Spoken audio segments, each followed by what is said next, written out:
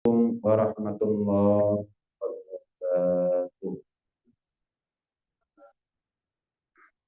Qala al-musannif al-Imam Al-Habib Abdullah bin Alawi bin Muhammad Al-Haddad radhiyallahu ta'ala anhu wa radallahu wa nafa'ana bihi wa bi ulumihi fid dharain amin radhiyallahu ankum. Melanjutkan pengajian kitab Risalatul Muawanah karya Al-Habib Abdullah bin Ali bin Muhammad Al-Haddad, yang mudah-mudahan sebagaimana beliau diridhai oleh Allah, Allah ridhai sebagaimana Allah jadikan ilmu beliau manfaat barokah, Allah berkenan juga menjadikan ilmu kita manfaat barokah zahir batinnya sampai di akhirat. Amin ya rabbal alamin. Beliau mengatakan, wa huwa ma'aka aina ma kunta lil ilmi wal ihatati wal iqtidar. Allah Subhanahu wa ta'ala itu selalu bersama kita dimanapun kita berada. Jangankan tingkah lakunya kita, jangankan apa yang sudah terlanjur keluar dari lisannya kita, lebih daripada itu Allah tahu apa yang menjadi rencananya kita yang belum kita lakukan, atau rencananya kita yang belum kita ucapkan kepada siapa. Allah tahu. Dimanapun kita berada, di situ selalu ada Allah Subhanahu wa ta'ala. Nah, di barat, nah di timur. Sehingga pernah seorang murid tanya sama gurunya, "Guru, kapan sih manusia ini boleh maksiat?" Ketika dia bisa bersembunyi dari Allah Subhanahu wa ta'ala, dia boleh maksiat. Artinya apa? Ya nggak ada kesempatan manusia boleh untuk durhaka kepada Allah Subhanahu wa ta'ala. Wallahu alam, apakah kita pernah dengar cerita seorang murid yang dikasih ayam sama pisau sama gurunya, suruh nyembelih nyari tempat yang sepi. Semua muridnya gagal kecuali satu yang berhasil. Kenapa? Karena dia selalu merasa diawasi dan kontrol oleh Allah Subhanahu wa ta'ala. Sehingga si murid itu mendapatkan perhatian lebih dari si guru daripada murid-muridnya yang lain. Guru itu melihat murid, bukan zahirnya. Guru itu menempatkan murid sebagai murid kecintaannya tergantung kepada batin. Sebagaimana Allah Subhanahu wa ta'ala memposisikan hamba sebagai kecintaan Allah bukan tergantung kepada fisiknya, melainkan kepada hati. Begitulah pandangan nadrah daripada seorang guru kepada murid. Asal dia punya rasa cinta, hormat kepada guru, maka dia akan mendapatkan nadrah, pandangan khusus dari gurunya. Asal dia punya ketakwaan kepada Allah, keikhlasan, ketulusan dalam menimba ilmu, dalam menyebarluaskan ilmu, maka si murid juga akan mendapatkan pandangan khusus. Pandangan khusus kalau dari Allah rahmat, ridho, yang buahnya adalah surga dan lain sebagainya. Tapi pandangan khusus dari seorang guru adalah berkah. Apa yang dia sampaikan kepada umat didengar, mudah diterima.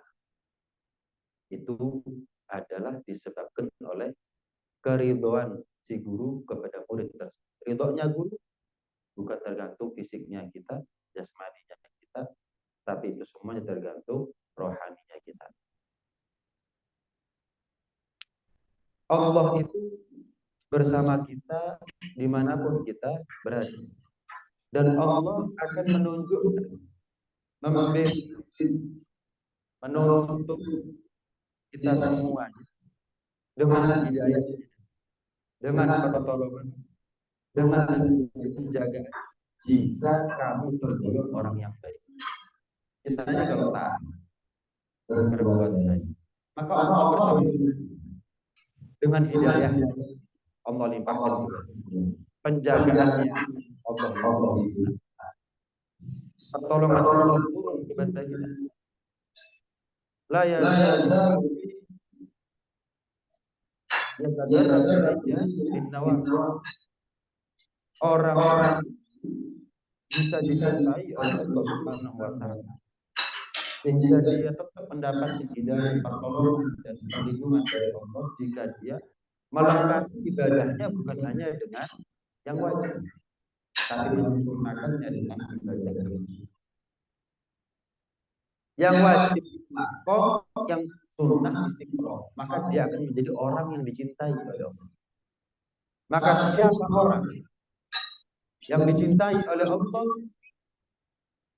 fakuntu basarahul ladzi yubsiru bih, maka aku Allah akan menjadi matanya yang dengan aku dia memandang. Aku menjadi telinganya yang dengan aku dia mendengar. Aku akan menjadi tangan dan kakinya yang dengan aku dia bergerak. Apa yang dia minta aku kasih. Dia minta perlindungan dari sesuatu, aku lindungi. Wali kan begitu. Orang-orang dikatakan aulia, para wali itu bukan hanya melengkapi diri mereka dengan modal yang wajib, bahkan dengan yang sunnah, sehingga mereka dicintai oleh Allah. Maka matanya dijaga oleh Allah, hidayah turun kepada dia, ditolong oleh Allah Subhanahu wa taala. Minta apa semuanya mandi. Kenapa? Karena memang orang-orang pilihannya Allah Subhanahu wa taala. Mereka adalah orang-orang betul-betul berharap cintanya Allah dan mengusahakan cintanya Allah dengan wajib dan sunnah sampai akhirnya mereka menjadi orang yang dicintai betul oleh Allah Subhanahu wa taala. Jadi apakah Allah hanya membersamai orang yang taat saja? Enggak, yang maksiat juga Allah bersama mereka, tapi bersama murkanya. Kalau orang taat, Allah membersamai mereka dengan inayahnya, riayahnya, pertolongannya, perlindungannya, hidayahnya, ridhonya. Tapi kalau orang maksiat, tetap Allah tahu mereka. Tetap Allah bersama mereka. Sejauh apapun mereka lari dari Allah, tetap mereka nggak bisa sepenuhnya lari dari Allah. Tetap dalam di bawah kuasanya Allah Subhanahu wa taala. Jadi orang yang maksiat itu kan menjauh dari Allah, betul. Tapi sejauh-jauhnya orang itu maksiat dari Allah, dengan Allah Subhanahu wa taala, bukan berarti dia menghilang begitu saja. Jangan disamakan dengan manusia. Kalau Anda menjauh dari saya pada satu titik, Anda akan hilang dari penglihatan saya. Anda menjauh dari saya pada satu titik, Anda berteriak pun saya nggak dengar. Beda dengan Allah Subhanahu wa taala. Memang orang yang maksiat menjauh dari Allah. Artinya apa? Bukan menjauh dari secara tempat. Karena Allah tidak butuh kepada tempat, tapi menjauh dari rahmatnya Allah, mendekat kepada murkanya Allah. Menjauh dari surganya Allah, mendekat kepada nerakanya Allah. Menjauh dari husnul khotimah, mendekat kepada resiko husnul khotimah. Jadi yang taat Allah membersamai mereka dengan ridhonya, yang maksiat Allah membersamai mereka dengan murkanya. Waliyadillah. Fastahyi min maulaka haqqal haya. Maka malulah kamu kepada Allah dengan sebaik-baiknya malu, sebenar-benarnya malu. Kita nih sekalipun taat, jangan maksiat. Sekalipun kita ibadah, malu sama Allah. Kenapa? Nggak sempurna ibadahnya kita. Kurang ibadahnya kita. Lihat bagaimana malaikat. Malaikat itu mulai dari diciptakan sampai kiamat, kalau disuruh sujud, sujud terus. Malaikat itu adalah makhluknya Allah yang kenal siapa Allah Subhanahu wa taala, melihat bagaimana zatnya Allah Subhanahu wa taala. Iman seiman-imannya kepada Allah. Tapi sekalipun demikian, nanti di hari kiamat, setelah kiamat mereka dibangkitkan juga oleh Allah sebagaimana manusia dibangkitkan. Jadi ditiup sangkakala, bukan hanya manusia yang mati, malaikat juga ikut mati. Ditiup sangkakala yang kedua, bukan hanya manusia yang bangkit, menghadap kepada Allah. Para malaikat juga kembali bangkit, hidup, dan menghadap kepada Allah. Apa yang dikatakan sama malaikat? Ma abadna kahagga ibadatik wala arafna kahagga ma'rifat. Ya Allah, kami tidak ibadah kepadamu dengan sebaik-baik ibadah. Kami tidak mengenalmu dengan sebaik-baiknya pengenalan. Ya. Malaikat sekalipun taat punya rasa malu kepada Allah Subhanahu wa taala. Beda sama manusia. sholatnya, baca Qur'annya, semuanya hitungannya menit, tapi sudah merasa yang paling soleh adalah dia. Dia merasa dia adalah orang paling baik di muka bumi di atas bumi. Nggak punya rasa malu. Sekalipun taat, tetap malu kita kepada Allah Subhanahu wa Ta'ala. Apalagi maksiat. Malu kita kepada Allah.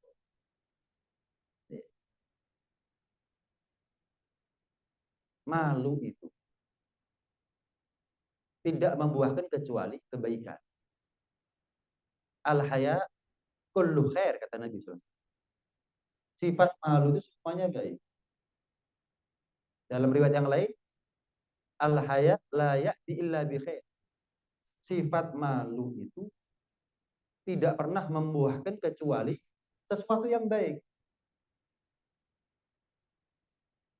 Sifat malu itu mengarahkan orangnya kepada arah yang lebih baik daripada sebelumnya. Kenapa nggak sholat berjamaah di masjid? Malu, Beb. Oh, ini bukan malu yang baik, ini malu yang tercela. Kenapa kok nggak ikut ngaji? Malu, Beb, saya nggak pernah datang. Ini malu yang tercela. Malu yang baik, malu yang terpuji, justru mengarahkan orangnya kepada kebaikan. Kenapa kamu nutup aurat? Malu. Kenapa kamu kok nggak sholat di masjid? Malu, Beb. Masuk kamu di masjid nggak sholat di masjid? Kenapa kamu hadir pengajian? Ya malu, Beb. Ustadznya sudah datang, masuk saya nggak datang. Bisa. Artinya sudah dibela-belani datang, saya yang sudah dekat masuk nggak ada. Malu. Ini malu yang baik. Kenapa kamu sedekah? Malu, Beb, punya kelebihan rezeki nggak sedekah. Bukan malu karena manusia ya. Tetap ikhlasnya dijaga. Tapi orang kalau nggak punya malu, fasna masih. Idza lam tastahi fasna masih. Kata Nabi, orang kalau nggak punya malu, dia bebas mau berbuat apa. Bahkan orang kalau nggak punya malu, sombong dengan kemaksiatan, cerita-cerita. Saya pernah waktu kuliah, ya mungkin kita pernah sekolah, pernah kuliah, mungkin mengalami apa yang saya alami. Kadang-kadang sambil minum kopi, teman-teman ada yang cerita, saya semalam sama perempuan. Ini. Di kapan kesempatan lain, semalam aku ke diskotik A. Wah, ada minuman harganya sekian juta. Waduh, minum sedikit ngeplay. Wah, cerita itu dengan bangganya dia.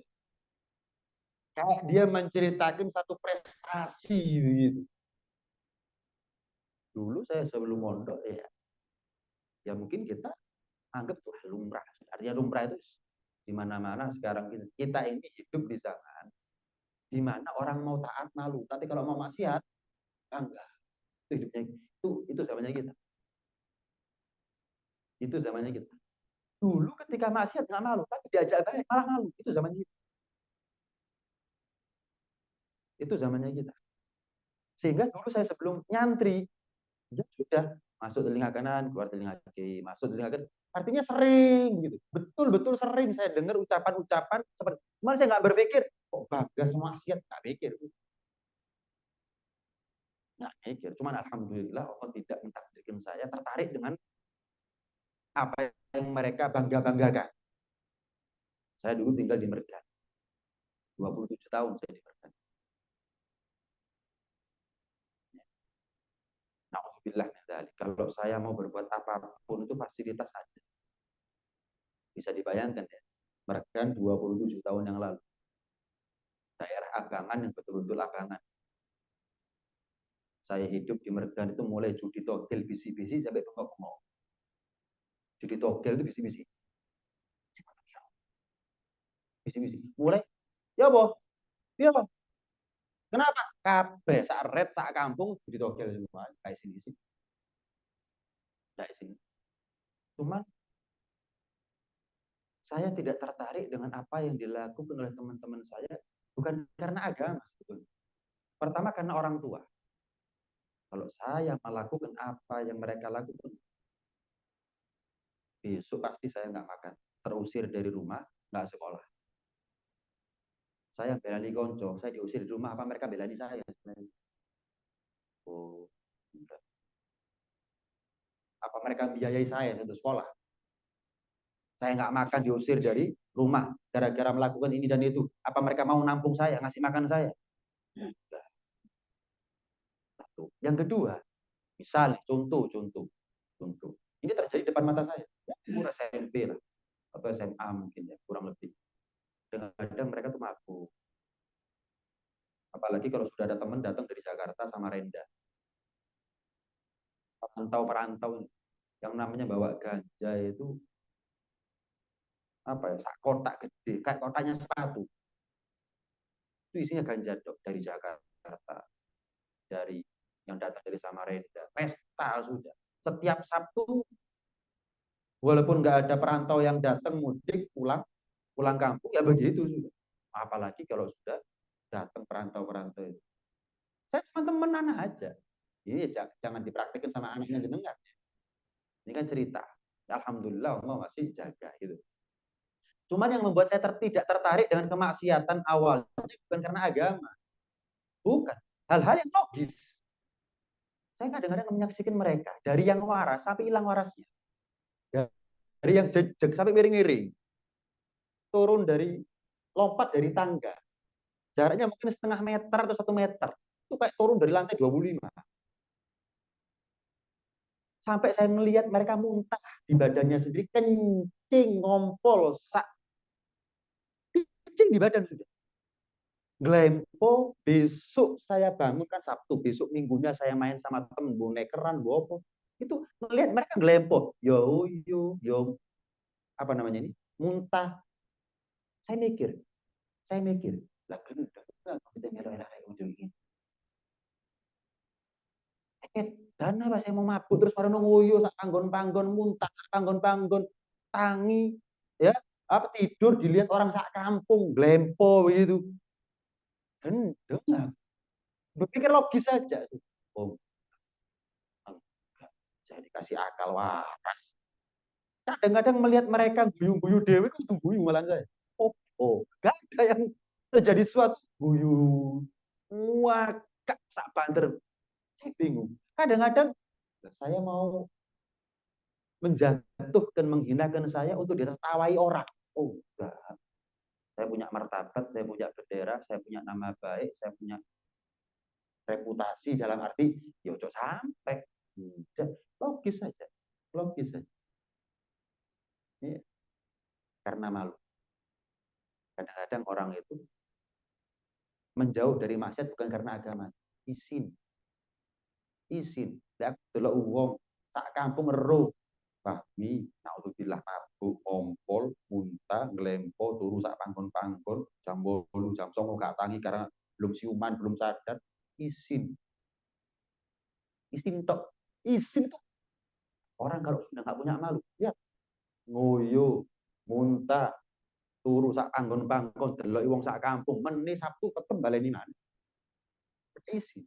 Apalagi orang kafir non muslim, gak duwe isin, mudah gue biasa. Orang itu kalau sudah nggak punya malu, acur. Yang keluar dari mulutnya memalukan dirinya sendiri. Apa yang dia lakukan mempermalukan dirinya sendiri. Apa dia memang nggak punya malu?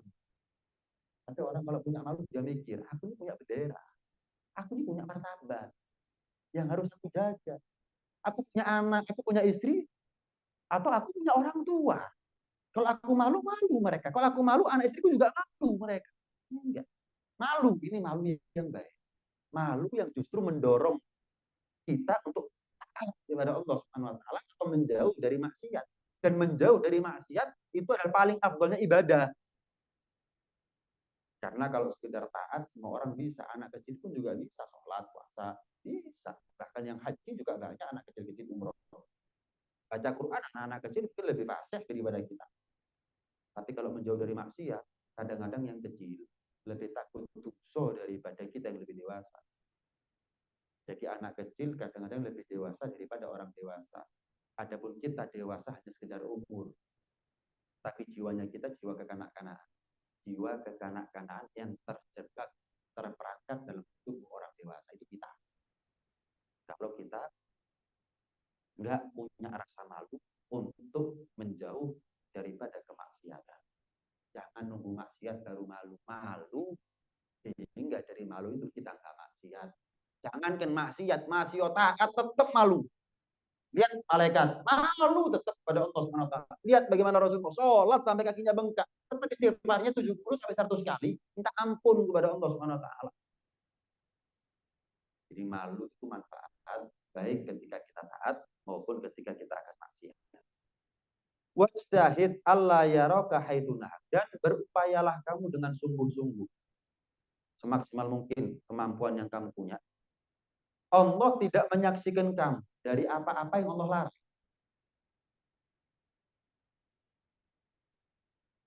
Wala yaftagidaka haitsu amarok, dan Allah tidak kehilangan kita atas satu amal yang Allah tuntut untuk kita mengerjakan. Berupayalah kita sungguh-sungguh untuk bertakwa. Apa sih takwa? Taat kepada perintah, kemudian menjauhi segala larangan. Ini makna yang pertama. Makna yang kedua, hakikat takwa. Ketika Allah perintah satu perintah, Allah kontrol, ada kita. Sholat ya, sholat. Allah kontrol, sholat ya. Nih, aku kasih rezeki, aku kasih sehat, aku kasih kamu umur panjang, haji, berangkat haji. Allah kontrol, Allah lihat, Allah wasi. Oh, udah, wis. Nggak kehilangan atas perintah yang kita dituntut oleh Allah Subhanahu wa taala untuk mengerjakan. Sebaliknya, kalau Allah melarang kita satu larangan, Allah cek, nah ketemu kita tadi. Allah tidak menjumpai kita dalam perbuatan yang dilarang oleh Allah Subhanahu. Itu adalah hakikat takwa. Hakikat ketakwaan. Nah, kita bicara malu tadi itu ya. Kira-kira masuk akal, cerdas orang yang sakit tapi malu ke dokter. Saya sakit itu. Yo nano dokter, isi. Ya apa sih? Sekalipun penyakitnya kamu ini memalukan. Maaf. Kuping apa namanya? Open misalnya, isin. Udah lo waras. Isin, kita nggak waras. Misalnya, penyakit kulit misalkan. Saya sakit, ya ke dokter. Malu, nanti dibuka kelihatan panu, kelihatan macam-macam. Malu, ya gak waras dong. Ya nggak cerdas dong. Terpaksa berangkat sembuh. Kalau kita merasa hati kita ini nggak sehat, batin kita ini lagi sakit, udah lo pengajian. Malu beb lo, loro gak kepingin waras. Ini nggak bisa. Mau nggak mau sudah. Malu itu sehari 2 hari. Sekali 2 kali. Masa isin terus? Kan enggak. Makanya yang namanya, kalau kita orang Jawa bilang, ngawit ini sing ngangel. Makanya ndang langkaono sing jenengi pertama itu mau. Untuk memulainya yang berat itu. Makanya mulai. Ya udah gak mana. Jelas ya? Jangan memulainya berat tapi gak dilangkah-langkahi. Langkaono. Apa yang kamu anggap berat itu langkaono. Mari, wis. Mari. Contoh pengalaman. Ya. Mungkin kita sebagai murid, sebagai mahasiswa, salaman sama guru, salaman sama dosen. Wah, biasa ya. Biasa. Ketika kita tahu agama, hukumnya haram, hormat itu nggak harus melawan perintahnya Allah Subhanahu wa taala. Hormat itu adalah dikasih tugas kerja, berprestasi, ngomong didengarkan, itu juga hormat. Itu juga hormat. Nggak harus salaman, tapi melanggar aturannya. Kemudian dari yang kita biasanya salaman, laki, perempuan, mahram, nggak mahram, wis pokoknya salah, terus berubah. Susah nggak untuk berubahnya? Susah. Kenapa? Sudah terlanjur biasa. Ketemu teman, ketemu bu guru, atau pak guru, pokoknya lawan mahram. Yang biasa salaman enak, nggak apa-apa. Pak, Misalkan kalau perempuan atau laki-laki, atau teman, nih apa waras? Alhamdulillah. Tapi kan nggak mungkin kita ini izin terus-terusan. Besok izin, mas. Nanti kapan hari izin. Tolong tahun izin terus. Enggak, lama-kelamaan mereka yang adaptasi dengan kita. Bukan kita yang terpaksa nuruti apa maunya mereka, tapi nggak peduli apa maunya Allah. Tapi nanti dirasanya gak apa-apa, dirasanya menungso, gak ada resikonya apa-apa. Memangnya dirasani manusia ini resikonya apa buat kita? Biarkan. Dikatakan oleh Al-Imam Al-Haddad dalam kitabnya Al-Hikam. Kaifa yakunu minal mu'minin man yurdil makhluqin bi sukhti rabbil alam. Kata Imam Haddad, bagaimana orang itu dikatakan imannya sempurna kalau dia yang penting cari ridhonya manusia walaupun harus bikin marah Allah. Nggak enak, Bim, nggak enak, Bim, terus nggak enak. Tapi enak sama Allah SWT. Ini orang bagaimana mungkin dikatakan sebagai orang beriman. Waliin saya. Gak kate gak enak, gak enak, gak enak nang Gusti Pangeran. Nek nang nungso enak kok. Keimangan. Kak nyekolah aku, kak urip ambek dhek. Ibaratnya begitu ya. Pak, tuh, Mas, Mbak, biasa salaman ini. Tahu-tahu jaga jarak kita. Misal halusnya punya wudhu, memang punya wudhu ya, cok goro, memang punya wudhu. Itu kan termasuk cara ya, gimana caranya ngawitinya, jaga wudhu, batal wudhu lagi. Tujuannya apa? Punya wudhu. Orang masih lebih menerima daripada nggak ada omongan apa. Assalamualaikum, waalaikumsalam. Padahal sana sudah terlanjur menunjukkan tangannya, kan bingung kita. Walhasil ngawiti itu memang berat, tapi kalau kamu langkahi selesai. Nggak mungkin kita dirasani sampai mati gara-gara berubah dari yang jelek kepada yang baik, itu nggak mungkin. Kita malu terus, nggak mungkin. Lama kelamaan mereka yang akan adaptasi dengan kita. Oh pak, ini gak kelem dapat tangan. Ini ya apa waras? Dulunya begini. Sekarang ini apa waras?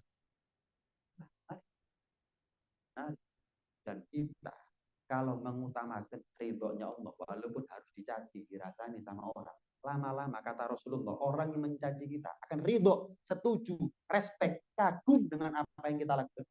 Dan pada akhirnya mereka sendiri akan melakukan apa yang kita lakukan.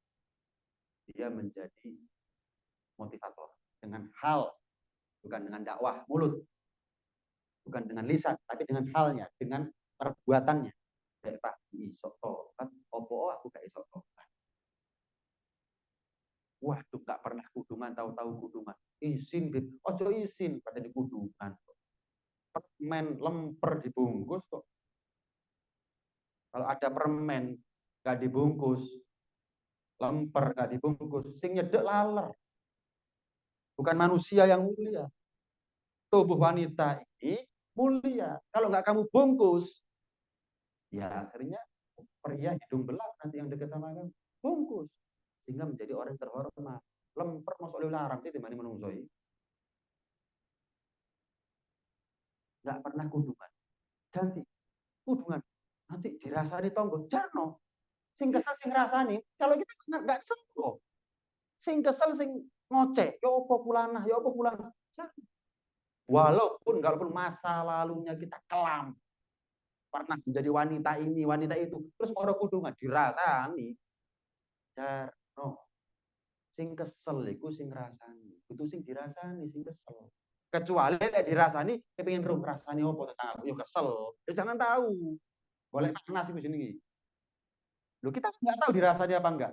Jangan cari tahu. Mereka kalau memang rasani kita, mereka yang capek. Kita nggak tahu apa-apa, nggak capek. Kita ini banyak sumpah karena banyak tahu hal. Tapi kalau kita nggak tahu apa-apa, nggak sumpah kita ini. Ayo, enak mana? Buka WA sama nggak buka WA? Buka medsos sama nggak buka medsos? Enak mana? Tenang mana? Banyak tahu tuh kuat, sumpah. Tapi gak ada apa-apa malah enak zaman sekarang ini. Jadi dirasani, belum pasti. Ada ngopeng. Lek ngopeng panas kamu nanti. Wis tenang aja. Belum mesti. Jarno, kalaupun dirasani mereka yang capek, kamu nggak capek. Mereka yang panas, kamu nggak panas. Tapi ketahuilah, mungkin dari kamu mereka akan berubah. Mereka akan setuju. kagum, respect dengan apa yang kamu lakukan, dan pada akhirnya mereka akan memuji kamu. Kenapa? Kamu cari ridhonya Allah. Allah kalau sudah ridho, malaikat penduduk langit ridho. Hari kita dengarkan, Allah kalau sudah ridho, malaikat penduduk langit semuanya ridho. Kalau sudah penduduk langit ridho, penduduk bumi, Allah buat ridho. Allah buat ridho. Jadi Umar, khusus sama Nabi. Tapi lihat bagaimana Nabi. Peduli amat ridhonya Umar. Yang penting cari ridhonya Allah. Ya, justru menjadi orang yang paling bela Nabi.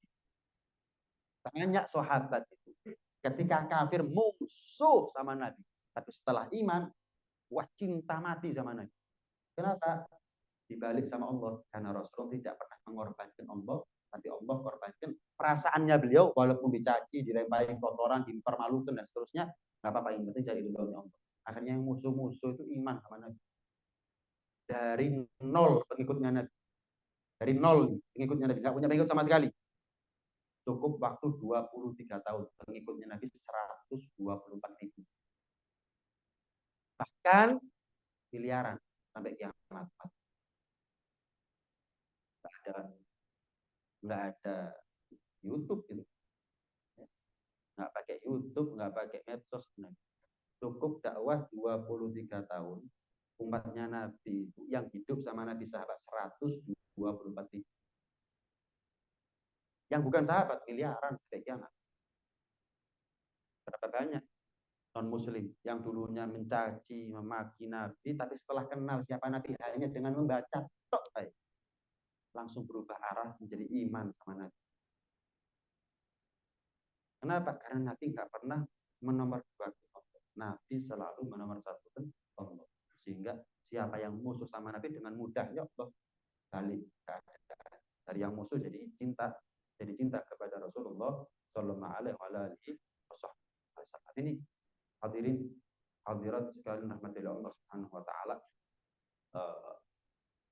pembahasan tentang bagaimana Allah Maha Tahu, Allah Maha Melihat, Maha Mengawasi, Maha Mengontrol segala tindakan kita. Bagaimana tentang kita ini harus punya rasa malu. Yang dari rasa malu kita menjadi orang yang lebih baik, bukan mundur tapi maju. Dari malu kita menjadi orang yang maju, bukan mundur. Dengan harapan setelah kita tahu ilmu seperti ini, kita menjadi orang yang lebih baik daripada sebelumnya, lebih baik daripada sebelumnya. Mudah-mudahan ilmu ini menjadi ilmu yang manfaat, ilmu yang barokah, zahir dan batin dunia sampai di akhirat, baik untuk pribadi kita, keluarga kita, maupun untuk mereka yang kita cintai sampai kiamat. Amin ya rabbal alamin. Monggo kalau ada pertanyaan bersilahkan.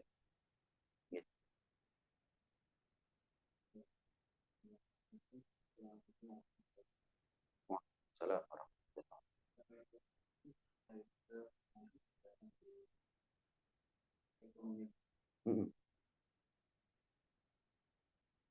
Ada satu waktu itu saya melakukan dan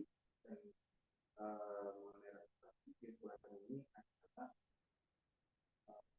orang yang bekerja di sebuah dan dia berjanji ketika berjanji kepada ini dia berencana untuk menginvestasi kita yang kita tahu bahwa kemungkinan besar itu terjadi riba hutang. Dia ingin menginvestasikan hartanya untuk membeli sarana produksi karena dia gerak seperti akhirnya apa yang apakah kita menolak karena kita tahu bahwa harta yang itu investasi ini kita tahu riba atau iya, harta riba itu jangan dikembangbiakan tapi diputus. Harta riba itu jangan dikembangbiakan, dijadikan modal untuk bekerja tapi diputus. Gimana caranya? Jangan disediakan kepada masjid, panti asuhan, tapi untuk fasilitas umum. Untuk modal kerjanya dia mulai dari harta yang bersih. Jangan mengembangbiakan harta yang haram. Walaupun sudah hijrah. Hijrah bukan hanya slogan. Aku hijrah, tapi harta ribanya dikembangbiakan. Ya belum hijrah. aku sudah nggak jadi pelacur, tapi dia punya rumah bordir. Iya, itu tuh baru itu namanya tobat. Begitu. Lah saya makan apa, Beb? Wa may yattaqillah yaj'al lahu makhraja wa yarzuqhu. Takwa dulu. Wedya dhisik kok nambah Gusti Pangeran. Maksiatmu berapa lama kok moro-moro kepingin aku makan apa? Nanti kalau aku keluar, Allah kasih jalan keluar enggak? Takwa dulu. Putus dulu. Tobat dulu. Baru jalan keluar itu akan turun dari Allah. Saya mau tanya, kita lupanya kan lama. Kita ini lupa dari Allah kan lama. Masa begitu mendekat kepada Allah, jauh, menjauh dari Allah lama. Begitu nyedek bikin instan. Nah, kok enak? Nah, Allah itu loh. Kalau mau kita kapan menjauh maksiat langsung Allah instan kasih musibah itu juga bisa. Enggak, Allah tunda. Lah kok kita di kapan tobat langsung kepingin wujud? Ya nggak pakai pengajian. Orang tobat semuanya. Kalau misalkan langsung turun pertolongannya Allah. Semua ada ujian. Diuji dulu sama Allah. Dites. Ini contoh nih. Saya punya teman yang dulunya ya ngambil utang dari bank. Singkat cerita dia tobat. Sering kali orang itu tobat dari dosa riba karena acuh. Bukan hanya usahanya, rumah tangganya, dia sama orang tuanya hancur. Baru mewek-mewek, ini, itu. Ya perlu disupport orang seperti ini, tapi juga perlu disentil. Biar apa? Coba dibalik di mana? Orang bodoh itu kalau hancurnya 2 kali. Cuma saya perlu ngasih support orang seperti ini. Apa supportnya? Allah itu menghancurkan usahanya kamu untuk membersihkan kamu dari harta yang haram sehingga kamu mulai dari nol. Dulu kaya punya ini punya itu gaya hancur. Kenapa? Pes, kon saya mulai toko sing haram, mulai toko sing halal tadi. Itu tujuannya. Kan nggak mungkin ada takdir tanpa hikmah itu nggak mungkin. Kita harus pintar-pintar ambil hikmah. Kenapa? Kok saya ini dikasih hancur sama Allah? Satu, biar kamu tobat. Lah buktinya kamu dulu dikasih sukses nggak tobat-tobat. Hancur baru tobat. Berarti hikmah. Syukur kamu. Untung dilingno dengan musibah. Coba nggak dilingno, kasep Pak. Yang kedua, hikmah yang kedua adalah kamu ingin dibersihkan hartanya kamu dari apa yang haram. Jadi nggak bisa harta yang kamu kembang biakkan dari harta yang riba haram harus putus. Kalau kita tahu, jenengan tahu itu harta yang haram, nggak boleh jenengan terima. Kan jenengan pasti ngambil keuntungan dari transaksi. Nggak boleh bagaimana. Perlu jenengan wis kudu opo mas. Jadi, memang hukumnya begitu. Terus gimana? Ya salurkan untuk kepentingan fasilitas umum. Jalan rusak, kayak jembatan, kayak di desa-desa itu butuh air, ya, untuk bikin butuh biaya. Lalu terus ya apa? Pirang juta duitku ini. Nah kamu nikmatinya berapa juta selama ini? Ojo hitungan aku bisa mengira. Waduh, ratusan juta. Lah kamu menikmatinya berapa juta? Berapa tahun? Wani salah gak gelem korban ya repot. Harus berkorban. Berani salah harus berani mengaku dan terima resikonya. Ibarat kata ya salah itu wong wis menengo wis yang salah. Kasarnya nih ya. Kasar. Jenenge salah itu wong wis menengo. Yang salah. Kan di kapan? Namanya salah, melarat, ya wes. Kamu lupanya kayanya berapa tahun sudah. Tapi tenang, tenang, semua ada ujian. Nah, ini ujiannya tobat teman apa? Jangan hanya ngomong slogan. Saya punya teman, saya pernah cerita teman SMA. Dulunya waktu SMA non muslim. Saya hadir tahlil di Sukun. Dia tinggal di Sukun. Tahlil. Saya kaget. Saya ceramah. Tengah-tengah ceramah melihat teman saya. Kira non muslim. Oh paling ke perkara tonggo. Padahal itu tahlil bukan karena ada yang kepaten. Dia tahlil rutinan. Nah kalau kepaten tonggo masih non muslim teko mungkin nggak enak ya. Tapi kalau rutinan nggak teko nggak apa-apa namanya non muslim. Ini nggak ada. Oh, mungkin nggak enak oleh tonggo. Tak sopo. Awalnya dia bingung. Ikut mau nyopo. Sopo. Sampai saya minta kontaknya. Singkat cerita saya parani bedaknya dia jualan kerutu, jualan hal-hal yang berkaitan sama burung, sangkar. Saya datang situ cerita, saya mualaf, saya mualaf ini istri saya yang memualafkan saya. Jadi saya ingin menikahi istri saya, dia nggak mau kecuali saya ikut agamanya dia, saya ikut agamanya dia. Sampai dia kepingin belajar sholat. Tak belikan buku tuntunan sholat warna biru biasanya pocon. Nggak ngerti tak kok. Kalau nggak ngerti, voice note, tanya, konang ngoma, bebas, ngerti. Terus dia singkat cerita, Bib saya itu dulu serba terfasilitasi. Tapi terus terang, Bib saya masuk rumah seperti masuk neraka. Rumah pun neraka. Ono kabeh. Tapi keharmonisan enggak ada. Ketenangan enggak ada. Kenikmatan rumah tangga. Oh, no ayo. Lek aku singgare ya bojoku singgare. Sampai kami dalam keadaan tenang tidur berdua di atas kasur ngomong. Saya sudah masuk Islam tuh, Bib. Oh, oh. Posisi mereka berdua suami istri tinggi di bank, kerja di bank. Posisinya tinggi. Ya tinggal berapa tahun lagi punya mobil bagus, punya rumah bagus. Nyicil dia waktu itu masih. Tinggal berapa tahun lagi punya mobil bagus, punya rumah bagus. Singkat cerita, nah ya kita ini serba ada. Rekreasi yang nanggung-nanggung. Kita keluar pulau, luar negeri. Tapi kita sama-sama merasa ke rumah tangganya kita ini kok begini. Gak ada harmonisnya, gak ada tenangnya. Maka istri, dia bilang, mungkin mas, karena harta kita haram. Tapi istri saya lebih punya mental, lebih berani daripada saya. Dia resign duluan daripada saya. Terus mas, saya mantep untuk resign. Saya tak nyari pekerjaan lain kalau jenengan ngasih izin. Kalau enggak ya terserah jenengan sudah. Namanya istri nunut bucu, manut bucu. Selang berapa bulan, gitu. Pokoknya nggak sampai setahun, saya sebagai suami resign juga. Yang namanya rumah belum lunas cicilan, mobil bos, tidak ada sudah. Mulai dari nol, betul mulai dari nol. Jualan kerutu, jualan sangkar, jualan hal-hal yang jualan gedang gaji, sampai sekarang ini, sampai sekarang. Tapi di apa yang kami dapatkan, kami dapat sekarang. Rumahku, surgaku ya sekarang. Masih nggak ada motor, rumahku sih kontrak, bedaku sih reyot model gue ini. Di kena angin puting beliung, rusak ini. Apa? Lihat, lihat, ditinggal semua. Gajinya, semuanya ditinggal, mulai dari nol, suami istri. Tapi mereka memberikan testimoni kepada kita. Ini baru rumah tangga. Kalau seperti ini saya punya anak siap. Kok dulu mikir, seakan anakku udah ono bapak aku dibujuk. Sekarang sih ya punya anak.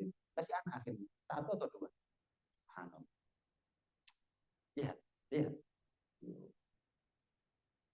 Tobat tuh. Tenono. Jawaban dari Allah. Jangan maunya instan. Kita maksiat hukuman dari Allah nggak instan. Itu sampaikan. Sampaikan. Baik, sopan tujuannya adalah ya ayo ajak ke pengajian, tujuannya adalah biar semangat, biar terarah, terbimbing, nggak gampang linglung, nggak gampang panik, nggak gampang bikin keputusan sendiri, enggak. Karena memang berat ya, dari yang ada orang-orang blek, kau no, dua bobo, abot, urusan dulu ini paling soro. Ya. Tapi kalau mau tobat, ya harus ada yang dikorbankan. Dalam hal riba, nggak ada lagi kecuali harta, sudah korbankan harta kita. Korbankan harta. Terakhir kalau ada, masalah pendidikan. Masalah pendidikan. Iya, dari zaman sekarang ini antara pendidikan formal dengan pendidikan kontrol. Iya. Sekarang ini kita tidak lepas dari media. Dan saya kira belum parah, lebih menakutkan zaman sekarang. Kalau dilihat dari zaman sekarang ini, apakah anak yang dipaksakan untuk mondok itu lebih baik? Dia lebih aman dan terlindungi dari pengaruh. Iya. Jangan ragu memaksa anak untuk baik. Memaksa anak untuk sholat itu bukan hal yang tabu. Jangan terpengaruh dengan statement orang mengatakan, saya nggak maksa anak, terserah dia. Terus Kalau dia nggak belajar ilmu agama terserah dia. Kalau dia nggak sholat nggak terserah dia. Kalau dia nggak nutup aurat terserah dia. Dia mau berbuat apa terserah dia. Ya enggak dong. Ada kalanya kita ini nyeret. Gampangannya rumah kebakaran. Anak dibangunkan nggak mau. Terus orang tuanya ngomong, saya terserah anak saya, Beb. Ya boh. Ya kobong anaknya. Cereten. Kok paksa? Nggak ada orang tua yang mau nyeret. Tapi kalau terpaksa, nggak apa-apa. Jangan tak, anak dipaksa mondok ini. Anakku, butuh anak. Anakku mau rokok, aku sih mau rokok. Butuh kau sih mau rokok. Anakmu sekarang aku nggak tahu didik modelnya, iki anakku. Nggak usah komentar. Iki anak dipaksa sholat. Masa nggak oleh? Anaknya dipaksa sholat nggak boleh lah. Ayo sholat tuh, gak sholat pecut kan mari ngono. Saya ini hasil dari paksaan orang tua, bukan mondok ya. Kalau mondok saya dari kecil memang kepingin mondok. Cuman paksaan dari orang tua, ancaman. Saya ini takut bukan sama Allah. Seperti yang saya tadi, takutnya sama orang tua. Seperti saya bilang, kalau aku sampai ngelakoni giku, gak jadi anak habis. Jadi ada kalanya. Mungkin kalau orang tua saya itu apa ya, los sama anak sekarang nah mungkin saya nggak mondok wala yo gak jadi wong pinter yo gak jadi wong bener gak garu-garuan gak garu-garuan anak itu dipaksa mondok aku takut sekarang saya tanya sama kamu kamu nyalahkan saya gara-gara saya maksa anak saya mondok anakmu lagi gak dalam sekolah ya gak mau seret gak mau paksa nah kalau kamu hanya untuk pinternya anaknya kamu bukan benernya anaknya kamu kamu maksa saya untuk benernya anak tapi kepingin pinter itu tak paksa anakku mondok ono SMP ini ono SMA sampai kampus sih ono kamu maksa anak kamu untuk sekolah hanya untuk pinternya, bukan benernya. Saya maksa anak saya untuk benerin. Jangan jangan terpengaruh kita ini di bawah tekanan orang gitu loh. Jadilah punya pendirian. Selama itu sesuai dengan koridor syariat. Peduli amat maunya orang. Wali ini jadi orang yang pinter. Kon maksa anakmu mondok, hati-hati loh. Kok gak kerasan ya apa? Lah kon maksa anakmu sekolah, gak kerasan kok ya apa? Pedot tengah jalan gak lulus ya apa? Itu loh. Orang yang lebih mengutamakan dunia daripada akhirat, mikirnya cekak. Makso mondok kayak aib, tapi makso anak sekolah itu aib.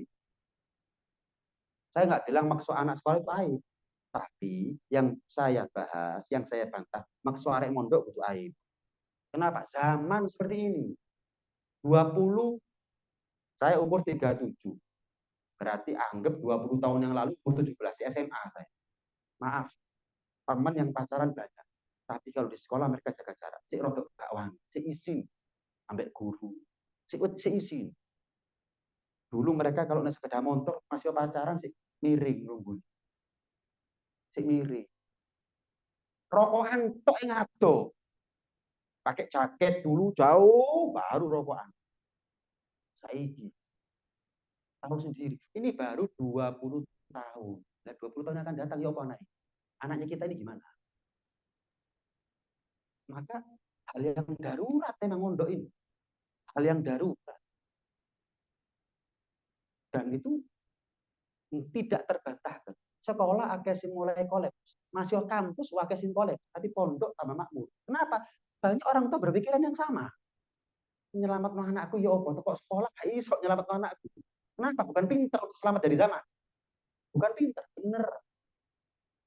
Cari ahnya pondok yang ada sekolahnya, yang ada formalnya, bahkan sampai kampus. Oh, itu loro karo ini.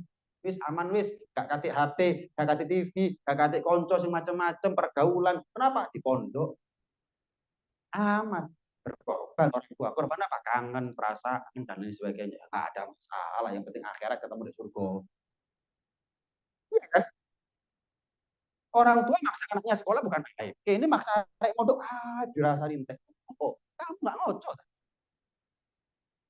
tapi orang tua nggak ada yang pengen makso kalau saya sama anak saya hanya membangun image kadang-kadang saya aja kadang-kadang saya selipi anak saya kan namanya Abdul Ghani Abdul Ghani Nabi Buya ini kepingin kau nanti kalau sudah besar bisa baca kitab.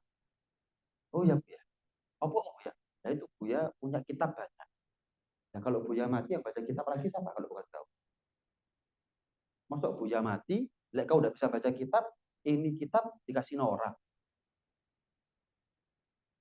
Ini apa ya, doktrin dari mulai dibangun suasananya, diajak pengajian, diajak maulidan, diajak sholawat, dibangun suasananya dok. Sehingga ketika besar dia sudah berpikir, sing nerus abahku ya aku, yang neruskan ayah saya ya saya. Misal saya punya madrasah, misal saya punya pondok, dia berpikir dengan sendirinya. Boleh aku gak mondok, dan sing nerus madrasah abah iki so. Itu tujuan. Makanya itu mulai kecil akan lebih mudah. Kalau kita telat didiknya, ya bukan terlambat total, tapi akan lebih susah. Akan lebih susah. Saya mau tanya, nulis di atas air sama mahat batu, yang lebih berat yang mana? Mahat batu itu lebih berat daripada nulis di atas air. Nulis di atas air tadi gampang. Tapi yang awet yang mana? Sing abot mulai cilik. Didik anak mulai kecil itu abot, tapi awet. Tapi kalau gede baru didik. Masuk telinga kanan, kalau telinga kiri. Kenapa? Terlalu banyak pengaruh dari luar. Tontonan, wah macam-macam kita tahu lah. Abot, abot. Kita ini sering kali belani konco di mana wong tua kok. Ya itu sudah, anak kita juga tidak menutup kemungkinan seperti itu. Makanya mulai dari kecil tularkan kebaikan, jangan tularkan kesalahan. Oh bisa aku cilik gini, terus sampai anakku gini. Oh aku bisa enom gini, terus sampai anakku enom gini. Mulai dari kecil. Abot memang, namanya anak masih kecil belum bisa mikir sempurna, diajak ngomong sentuhan-sentuhan aja. Sentuhan, bukan ngomong 2 jam seperti ngomong sama orang dewasa. Sentuhan-sentuhan aja. Tapi neter ditutup dino sehingga bentuk awet. Nah, itu hal. Jangan kita menentukan nasib kita tergantung omongannya orang. Silahkan. Saya paksa, Bib. Gak apa-apa. Paksa. Gak apa-apa. Nanti anak bakal tahu. Untung aku dipaksa sampai wong tua. Bapak dipaksa, belakang anak dindi. Sama seperti saya. Di udah ini, kalau sampai ngini, saya untuk rokokan dipecat jadi anak. Bahasanya orang tua saya. Oh, sampai rokokan tak pecat pun jadi anak. Gak mangan dek ini, gak urip dek ini, gak sekolah. Ngamuk orang tua. Doktrin, bukan orang tua nggak salah. Kadang-kadang orang tua itu pura-pura ngamuk depannya anak. Ceno, iki urusan macam-macam. Rokokan tuh, saya nggak berani. Kenapa? Mati ya. Ampun. Sekarang baru sadar. Untung saya dimarahi habis. Dihancam kalau saya begini. Coba enggak. Ojo mana rokok. Nanti kita juga begitu ya. Dulu kita nggak senang diatur begini. Sekarang untung anak kita juga begitu. Tenang, tenang. Untung aku diseret, om aku kokong. Coba gak diseret. Nah, nanti dia bakal tahu. Nanti bakal tahu. Apa-apa, seiring berjalannya waktu akan tahu. Jangan kita menentukan nasibnya kita, keluarga kita tergantung omongannya orang. Wedi dirasani. Oh, mau ngerasain saya apa? Nah, Bismillah. Banyak pondok yang ada pendidikan formalnya banyak, bertebaran sekarang. Ini pondok Allah. Mudah-mudahan dijaga anak kita semua, dijaga iman dan akidahnya, dijaga anak soleh soleha, panjang umur sehat walafiat, manfaat barokah berkah di dunia sampai di akhirat. Amin ya rabbal alamin. Rabbana anfa'na bima 'allamtana, rabbi 'allimna alladhi yanfa'una, rabbi faqihna wa faqih ahlana wa gharabatin lana fi dinina ma hal qudri wa dzakar rabbi wafiqhum lima tartadi qawlan wa fi'lan karama warzuqil kulla halalan daima wa akhilla atqiya ulama nakhda bil khair fa kulla syar rabbana aslih lana kulla syu'un wa aqirra bir ridha minkal uyun waqdi anna rabbana kulla diyun qabla an ta'tiyana rusulan manun واغفر واستر أنت أكرم من ستر وصلاة الله تغشى المصطفى من إلى الحق دعانا والوفاء بكتاب فيه للناس الشفاء وعلى الآل الكرام الشرفاء وعلى الصحب مصابيح الغرر اللهم اهدنا بهداك واجعلنا ممن يسائر في رضاك ولا تولنا وليا سواك ولا تجعلنا ممن خالف أمرك وعصاك وحسبنا الله ونعم الوكيل ولا حول ولا قوة إلا بالله العلي العظيم وصلى الله على سيدنا محمد وعلى آله وصحبه وسلم الحمد لله رب العالمين الفاتحة.